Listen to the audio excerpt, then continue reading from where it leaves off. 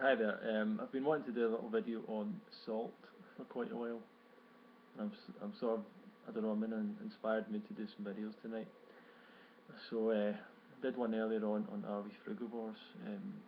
There was one other thing I wanted to add to that, but I'm not sure if I can remember it now. Um, yeah. Oh, yeah. That's what. Just one thing I wanted to say about whether we're frugivores or not. I reckon that although we are primarily frugivorous, along with a lot of other hominids and primates that walked on two legs and stuff like that, and other primates. I believe that we're probably the most adaptable to change, and that's something that Darwin says about it's not the strongest animal or the healthiest animal that survives in nature, it's the one that's the most um, adaptable to change. So we probably of all those animals were the best at adapting to a non-frugivorous diet in terms of a cooked food diet, introducing some flesh foods and things like that. Probably the probably stayed the healthiest or were able to live the longest. The rest of them probably died like no one's business, you know, not living off fruit. We sort of were able to keep going. Maybe we're a bit more intelligent. I don't know. Um, who knows? But we can adapt to sort of any diet, and that's why people think their diet's great, regardless of what it is. So, but with the issue of salt, so um, obviously I ate salt every day of my life up till about 6 months ago, 7 months ago, 8 months ago. I'm not sure. And I've had salt a couple of times since then, so I just wanted to go through a few little thoughts on it. Um, Basically, if you take salt out of, well, what is salt number one? Sodium chloride, whatever.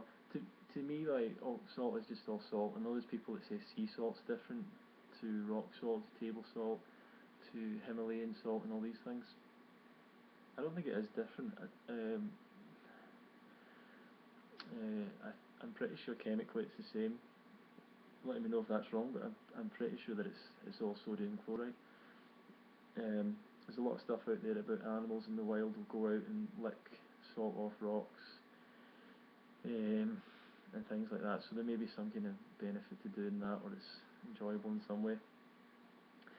But basically, what we've done is we process salt from either seawater or go down mines, which is where the Celts come from. The idea of Celtic people is the Celts were salt miners. And if you read about salt, I read a book, The History of Salt, and it's pretty fascinating about the history of all these European towns like Hallstatt and Salzburg and various places that became huge centres of commerce because of salt mines.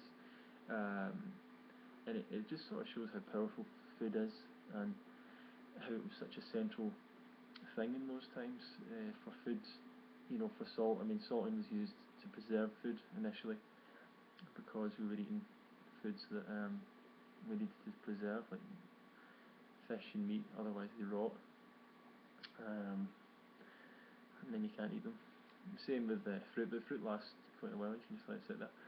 Um, Milk doesn't last too long, cheese, other stuff, without refrigeration anyway, so people were salting stuff, and I'm not sure how it happened. I mean, we do have a taste for salt, but I'm not convinced it's to make us go and find salt and add it to our foods. Salt is quite, I would assume it's quite difficult to find if you're in a jungle or something. You know, finding, I guess you'd have to lick like every single rock or something. Yeah, I just don't know where you'd find it. The important thing about salt is it's obviously in seawater and it's in water. If we didn't have the ability to taste salt, we could easily kill ourselves by drinking seawater. So it's really important that we have an ability to taste salt because the vast majority of the water on Earth is ocean water, has salt in it.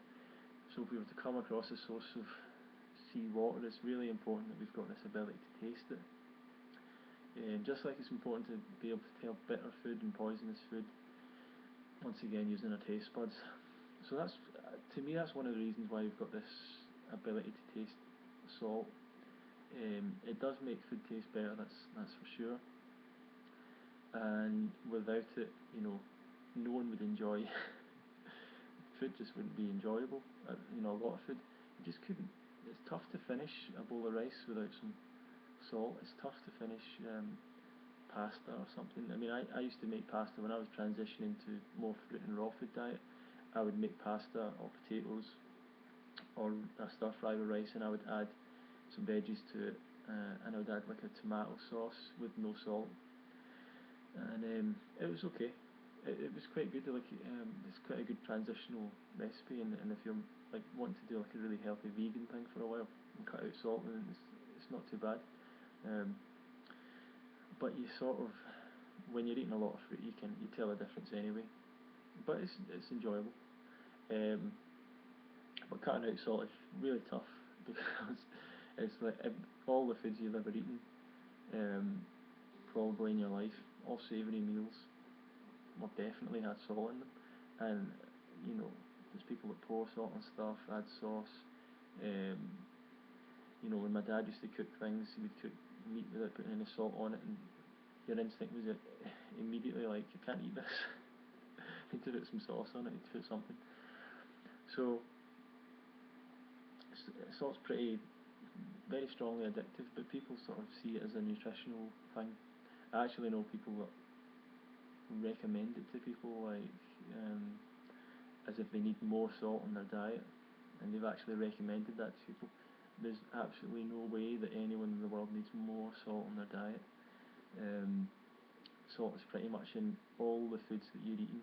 If you're eating a cooked food diet, whatever restaurant you go to, even raw food restaurants, even healthy restaurants, whatever, there'll be salt in just about everything, because otherwise it would be flavourless, absolutely tasteless to us. You either need to add sugar or you add salt.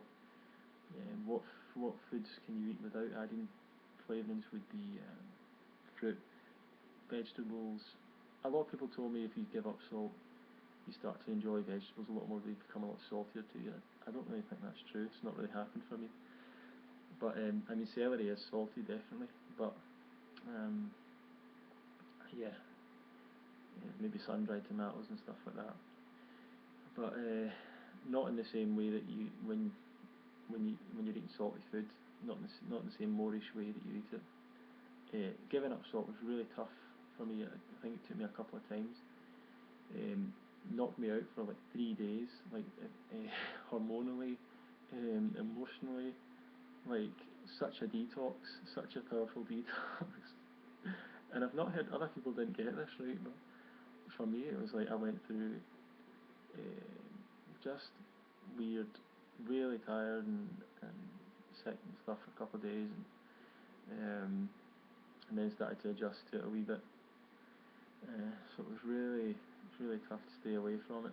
But if you want to go raw and you wanted to do more fruit and you want to have a healthier diet, especially if you're trying to eat 10-10 and stuff like that, or fruitarian, it's pretty essential to try to give up salt.